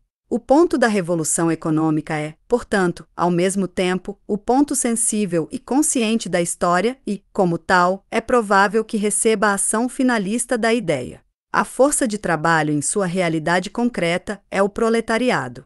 Portanto, o socialismo, que não é apenas uma reflexão ideológica passiva dos processos da história, mas também a criação consciente da própria história, deve, na prática, ter um caráter de classe e, tendendo à emancipação do homem, deve buscar sua base histórica no interesse dos povos expropriados. O proletariado, antes de entrar em contradição moral consciente com a atual ordem social, já constitui sua negação como categoria histórica. A negação de seus princípios legais e econômicos, que, para sua realização na vida social, requerem a violação da dignidade natural do homem. É, para nos expressarmos pelas palavras de Marx, a classe social que não pertence à ordem social, classe que decompõe todas as outras classes, que não precisa de seus direitos particulares, já que para ela não são os direitos especiais que são violados, mas a lei em geral. Uma classe social que não pode mais invocar nenhum privilégio histórico, mas apenas sua natureza humana, que não é em particular antagonismo com qualquer outro resultado da ordem política, mas em antagonismo universal com todas as bases desta ordem, uma classe social, enfim, que não pode conquistar a liberdade por si mesma, sem se livrar de todas as outras classes sociais, e sem, por isso mesmo, dar liberdade a todas as classes, que representa a perda total de tudo o que é inerente ao homem, e que, portanto, pode conquistar para ela um lugar na vida apenas conquistando todos os direitos do homem. Quando o proletariado proclama a dissolução da ordem existente, só expressa o mistério de sua própria existência, pois é precisamente isso que constitui a dissolução dessa ordem. Quando ele alega a negação da propriedade individual, só eleva à altura de um princípio de organização social o que a sociedade colocou como princípio a si mesmo, ao proletariado e ao que nele se expressa, como resultado social negativo, sem colaboração alguma de sua parte. 7. A atividade criativa do socialismo, portanto, encontra uma questão social real para alcançar seu ideal. Seu caráter de classe, longe de ser identificado com o das partes da grande ou pequena burguesia, é apenas a necessidade de contar com um fundamento histórico, onde, espontaneamente, no campo econômico, se desenvolve a questão da libertação do homem, onde não são mais as instituições de direitos políticos ou civis oprimidos, mas o próprio homem, onde não há como substituir os antigos privilégios por novos, de conquistar uma nova dominação de classe sobre os demais, pois toda dominação aqui passa a ser a dominação econômica e, consequentemente, a afirmação do jugo opressivo. A velha burguesia revolucionária lutou contra a opressão das leis feudais pela igualdade dos direitos políticos como uma casta inteira do terceiro estado. Para emancipar seus interesses econômicos dos produtores e proprietários, deve, como casta, como Estado, se entregar política e legalmente. Suprimiu privilégios de casta para acentuar ainda mais a economia de classe. O proletariado, por outro lado, tendo primeiro a ver com a exploração econômica, com o jugo do trabalho e a fome, portanto, com um jugo bastante concreto, oprimindo não uma coletividade abstrata de classe, mas a sua realidade viva, o indivíduo, e não como uma lei do código, mas como a própria vida. Pode ser entregue se não entregando o homem em geral, não pode suprimir a dominação social de seus opressores, suprimindo ao mesmo tempo a fonte de toda dominação e escravidão. A exploração do trabalho humano como classe econômica é ao mesmo tempo a negação de classes em geral. 8. A história, ao rejeitá-la fora do reino da propriedade, infligindo-lhe um jugo menos jurídico que real, o jugo do trabalho transformado em mercadorias e imposto pela fome, coloca assim o problema da emancipação do indivíduo humano como um problema de sua própria emancipação. O caráter revolucionário do proletariado, seu papel histórico como portador do ideal do futuro, é, portanto, socialmente determinado, antes de se tornar psicologicamente a consciência dos indivíduos. É também esta nova alma humana que, historicamente emergindo das bases do capitalismo, como sua negação econômica e jurídica, se transforma sob o sopro revigorante da ideia, na negação moral do mundo atual, tornando-se ao mesmo tempo a força criativa e o núcleo social do novo mundo. A nova ordem encontrará, portanto, novos homens. 12. Tomando essa tese dialética do socialismo como um exemplo para esclarecer a relação entre a ideia e a coisa na vida social, o que vemos acima de tudo é uma certa identidade de processos morais e processos econômicos de transformação. Os processos morais tendem a resolver os mesmos problemas que emanam espontaneamente dos processos econômicos. Os processos econômicos são responsáveis por alcançar o que, no lado moral, se apresenta como um problema finalista da criação humana. Mas esse princípio otimista do socialismo científico, que o próprio Faton da história conspira com os trabalhadores para a causa da ordem futura, de modo algum diminui a importância do papel da intervenção humana consciente.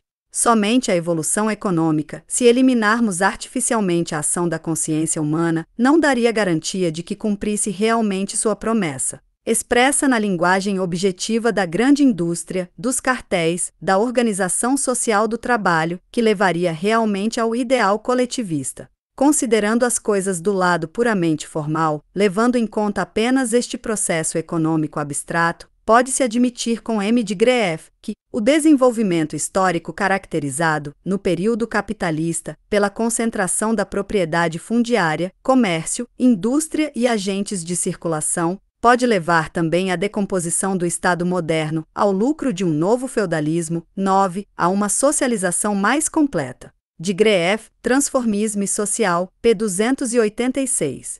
Mas a evolução econômica nunca é feita sem revolucionar as mentes, e só pode avançar tanto quanto são introduzidas em seus agentes de processo de natureza psíquica. Os desejos e as faculdades sociais, o grau de cultura e o gênio técnico do século, ideias que, emanando de relações materiais, devem tender para transformações materiais, assim como a onda de sentimento que sai das profundezas do organismo humano, a emoção sinestésica reage, não obstante, a esse organismo e como seu correlato psíquico é, ao mesmo tempo, formado por ele e a forma, por sua vez. No terreno favorável da economia natural das posses censuradoras do feudalismo, o fanatismo religioso místico está se desenvolvendo com grande força, o que acaba sendo também essencialmente ideológico como as cruzadas. Estes, no entanto, ao abrir novos caminhos à cultura e à tecnologia social, produzem como resultado a decomposição da economia natural e a robinsonade dos inquilinos, isto é, a negação de sua fonte primitiva objetiva. O fenômeno econômico, passando em sua expressão ideológica, se nega. Portanto, a dialética da vida não corresponde à dialética formal. O que, formalmente, usando a abstração, discernimos em categorias distintas econômicas e morais, e das quais indicamos o diferente grau de valor evolutivo por esses termos do materialismo histórico, base e superestrutura, tudo isso, na realidade social, é um todo vital, que não conhece classificação de raciocínio formal, de acordo com o monismo objetivo da vida, que desenvolve a partir de um mesmo cérebro humano toda a sua heterogeneidade colorida de elementos produtivos, consumistas, morais, religiosos e políticos. Assim, enquanto a dialética formal busca nos fenômenos econômicos apenas a negação do dado processo econômico e se opõe à tese econômica, segundo a regra, a antítese econômica, a dialética da vida social, por outro lado, expressando o verdadeiro monismo, libera das relações materiais o elemento psíquico destrutivo e opõe a tese econômica à antítese moral, pela simples razão de que não há processos econômicos ou formas objetivas e jurídicas da vida social que não escondam a força psíquica das gerações passadas e presentes em seu conteúdo vivo. O capital, arruinando as castas feudais, a economia natural, o monopólio dos ofícios, a descentralização política, revolucionou ao mesmo tempo o espírito humano. Mas este mesmo capital não poderia ter aparecido se a faculdade produtiva da sociedade tivesse parado em seu estágio feudal, dando apenas a mais-valia dos valores de uso, a mais-valia consumida, se não tivesse chegado à criação dessa nova mais-valia, de caráter produtivo e social, que, aparecendo apenas para procriar sua posteridade, com o destino de uma fertilidade imortal, transformou os simples instrumentos de satisfação das necessidades humanas em capital. Agora, para que a técnica e a cultura social pudessem ser desenvolvidas mais tarde, de modo que pudessem trazer a produtividade do trabalho individual para a criação da mais-valia capitalista, para este fim, a ação comum de todos os agentes políticos e morais que, a partir do século XII, foram lentamente desenvolvendo uma nova vida dentro do mundo feudal, separando o campo da cidade, formando o mercado internacional e o Estado moderno, diferenciando o tipo homogêneo de inquilinos em novas classes sociais, em que se forma a personificação viva do capital, o capital em sua dupla face humana, a burguesia e o proletariado. Sem todos esses agentes, produtos da ação comum de todos os desejos e ideias sociais, das correntes mais ideais da mente ao instinto mais simples da fome, sem eles, a técnica social do feudalismo, a técnica das guildas de artesãos e as mansões do censo não teriam espontaneamente dado um passo à frente. E como ela é a única que pode transformar a forma de produção, essa base de relações econômicas, toda a vida econômica teria, portanto, parado em sua antiga fórmula de economia natural, se ela tivesse sido deixada para si mesma, se estivesse realmente isolada de toda a vida social como seu processo fundamental.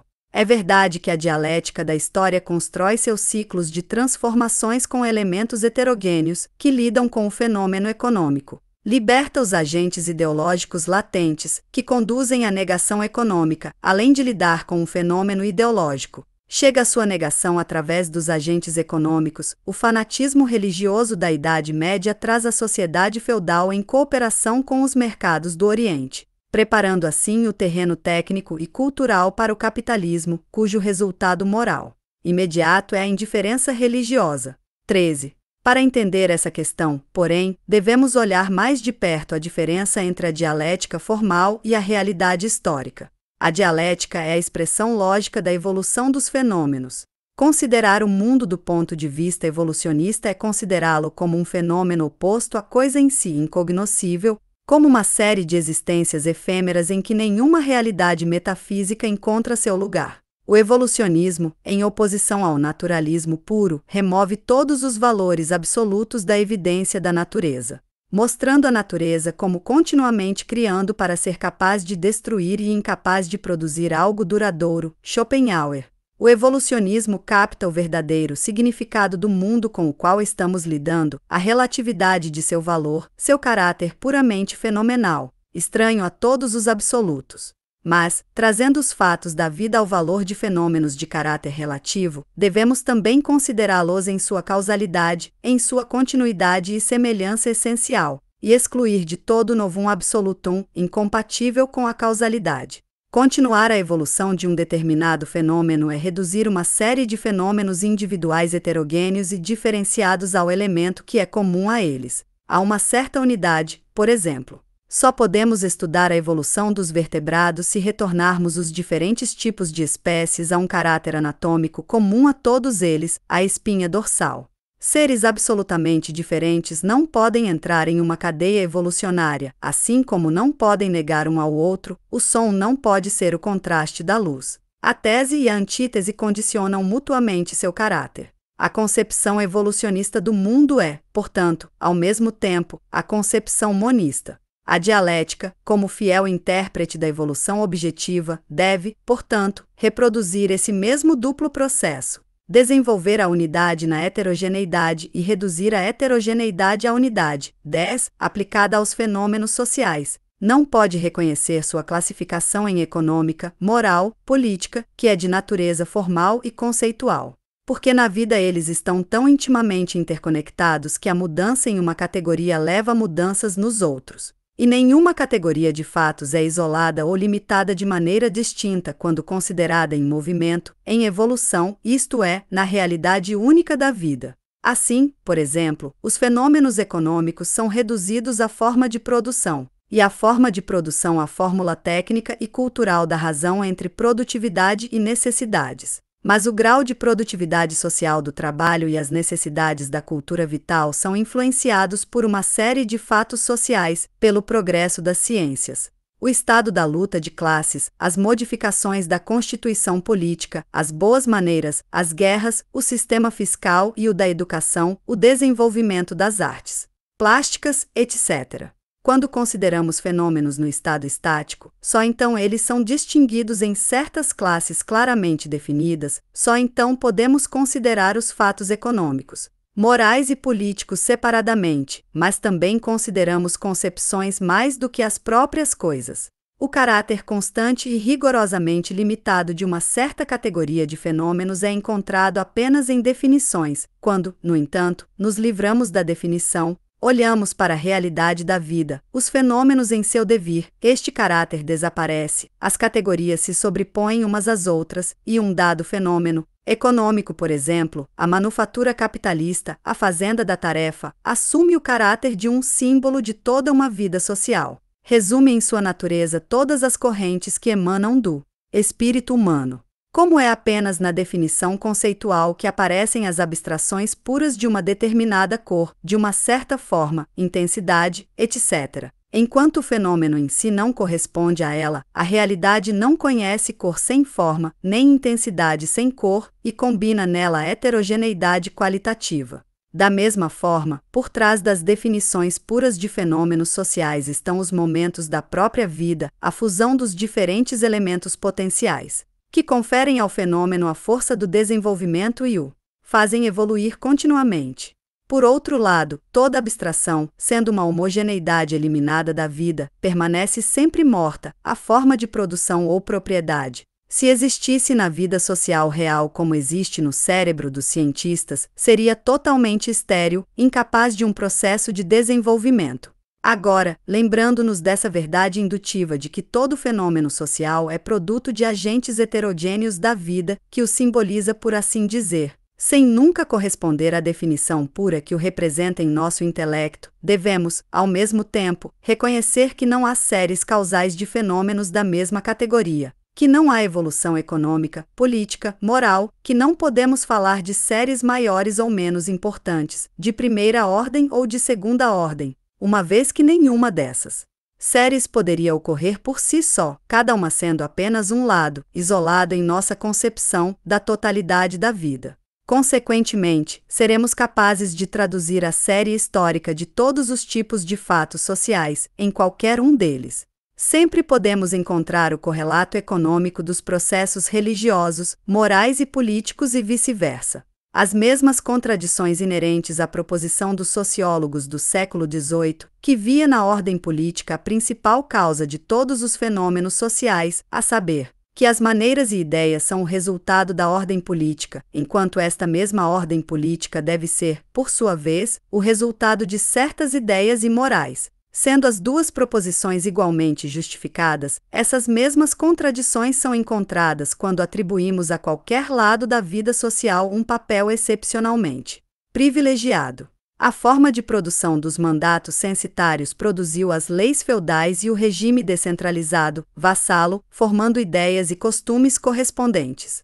Mas também é verdade que as condições políticas do tempo, costumes e religiosidade, imprimindo no espírito humano um caráter particular, mantendo-o em certos grilhões, influenciados por esse próprio fato as faculdades produtivas e as necessidades culturais, que em toda parte e sempre condicionam necessariamente o estado dado de técnica social e a forma de produção que corresponde a isto. Pois nem a posse censitária nem a produção corporativa poderiam existir com a técnica e a cultura capitalistas. Da mesma forma, pode-se dizer que a descentralização política do feudalismo foi o resultado da economia natural, um feudo. Sendo uma unidade econômica autossuficiente, não precisava de uma política nacional e de um Estado centralizado.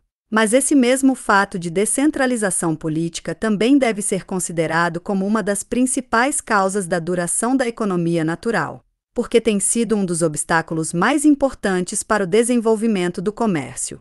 O desaparecimento da economia natural, o advento do feudalismo monetário, grandes fazendas senhoriais, a separação entre cidade e campo e assim por diante, transformando de maneira radical as maneiras e ideias da Idade Média. Agora, entre suas causas, no lugar principal, estão as cruzadas, isto é, o resultado direto de toda a ideologia feudal.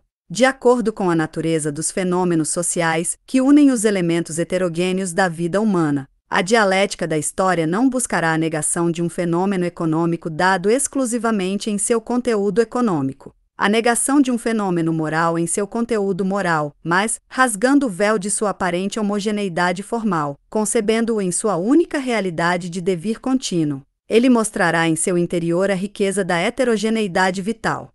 O complexo elemento da destruição esconde na forma unitária o caráter moral revolucionário dos fatos econômicos e o caráter econômico revolucionário dos fatos morais. A dialética formal, fiel ao intelectualismo, reconhece um valor real para abstrações conceituais, olha a vida através do prisma da definição, e não sendo capaz de perceber na forma homogênea dos fenômenos sociais seu conteúdo heterogêneo vital, é forçado a buscar a negação do fenômeno dado em sua mudança quantitativa. Tendo, portanto, a ver com a ordem econômica atual, o intelectualista perceberá a causa única do nascimento de sua antítese no processo de concentração do capital, na aglomeração das unidades produtivas, na organização dos cartéis, etc., segundo a fórmula. A variação quantitativa do fenômeno leva à sua negação qualitativa. Por outro lado, a verdadeira dialética, que considera não apenas os processos da vida, as séries de fenômenos, mas também cada um de seus elos. Cada um dos próprios fenômenos, do ponto de vista dialético, isto é, em seu devir, essa realidade objetiva única, a dialética, que é a expressão precisa da evolução da vida, deve romper completamente com todo o intelectualismo e, em vez de operar com definições de fenômenos, abstrações conceituais isoladas da vida, e conceber fenômenos como manifestados em seu devir, portanto, não substituir uma homogeneidade formal por fatos reais, mas considerar a heterogeneidade vital que a evolução nos revela em cada fato aparentemente simples, como os fatos únicos da realidade. E então, fiel à história, ela verá a negação dos fatos existentes, não apenas em sua mudança quantitativa, mas também nessa riqueza qualitativa que, sendo o elemento latente da própria vida, constitui o verdadeiro elemento de sua destruição, o germe interno de sua morte. 14. Se, então, encaramos dialeticamente a questão do comunismo futuro, então devemos reconhecer imediatamente que as relações materiais, por si só não podem determiná-lo completamente, que nem a concentração de capital, nem os cartéis de produção e consumo, nem a aglomeração espontânea dos trabalhadores sob a direção da grande indústria, podem constituir a razão suficiente para o seu advento. Porque o capitalismo, assim como nasce da cooperação da ideia e da coisa, da mesma forma, ele deve morrer por uma nova cooperação da ideia e da coisa. No berço, o ouro dos mercadores, acumulado por troca, as oficinas artesanais e as fazendas senhoriais haviam sido fertilizadas pelo novo gênio da produtividade e das necessidades culturais, a ideia de liberdade, direitos humanos conquistou para ele os braços libertos dos empregados, o Estado Nacional, erigido na bancarrota moral dos senhores feudais, abriu novos mercados para ele, a burguesia, aquele verdadeiro cérebro do capitalismo, vigiava seus interesses históricos conscientemente, revolucionando a moral, a ciência e a religião, as leis políticas e civis, e pode-se dizer que o fatum da história foi definitivamente conquistado pelo capitalismo pela criação finalista da burguesia. Um drama semelhante da vida deve ser repetido em torno de seu caixão, que é ao mesmo tempo o berço do comunismo.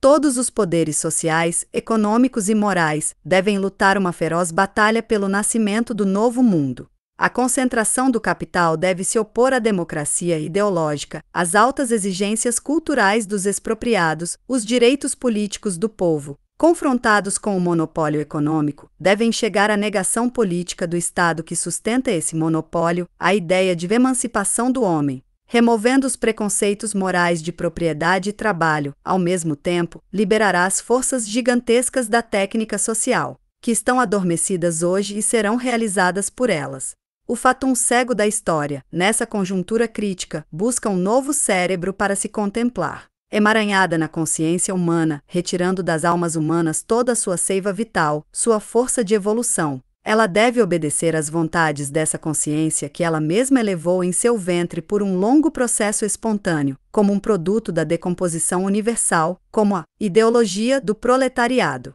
E, tendo chegado a se contemplar, a se conhecer, o fatum da história humildemente inclina a cabeça diante dessa nova consciência da qual ele se coroou, hesita, nega sua existência, esperando pelo decreto decisivo da vontade humana consciente. Como a natureza inconsciente, chegada em sua evolução à consciência do homem, submete-se ao homem, assim a história. Chegando ao autoconhecimento na ideologia da classe social que é a expressão humana de seus processos objetivos de desenvolvimento, submete-se à direção consciente desta classe. Agora, onde a consciência humana aparece, o homem como um ser pensante, também abre um campo livre para a criação finalista. O fatum histórico do capitalismo, tendo produzido a consciência do proletariado, nega-se a si mesmo, chegou ao ponto de virada onde o novo mundo do comunismo nasce. Revela-se impotente e estéril. O proletariado consciente deve tomar o seu lugar. A história, conspirando com os trabalhadores, é, no entanto, incapaz de introduzir o comunismo na cadeia de sua necessidade cega, permanece um ideal para conquistar, um objetivo para a atividade consciente. O otimismo do socialismo científico de modo algum exclui a intervenção humana, a política fazendo história, mas, ao contrário, indicando uma dada força criativa. O proletariado, o caráter dialético da história, uma cooperação contínua entre os agentes ideológicos e materiais, acentua toda a importância. É por isso que, apesar da associação espontânea dos trabalhadores sob o comando dos grandes capitais, o socialismo os chama para a união ideológica. Apesar da existência de modelos objetivos do futuro dentro da técnica capitalista, ele se empenha em inculcar os modelos ideais dos cérebros humanos. É também por isso que, em vez de acelerar o desenvolvimento material, colaborando com o capital em sua ação destrutiva das antigas formas de produção e pequena propriedade em pequena escala, em vez de se tornar o aliado da grande burguesia moderna, que produz cartéis, sociedades anônimas e colapsos do mercado de ações, acelera apenas o desenvolvimento ideológico da sociedade, ela assume a tarefa de revolucionar moralmente a humanidade, de formar essa nova alma coletiva que conscientemente negará a atual ordem social. É assim que a ideia e a coisa são apresentadas na transformação social, o papel da criação humana consciente vis-à-vis do determinismo evolutivo. Se considerarmos os problemas da dialética histórica no sentido do princípio fenomenalista, que busca no cérebro humano a razão suficiente para a vida social,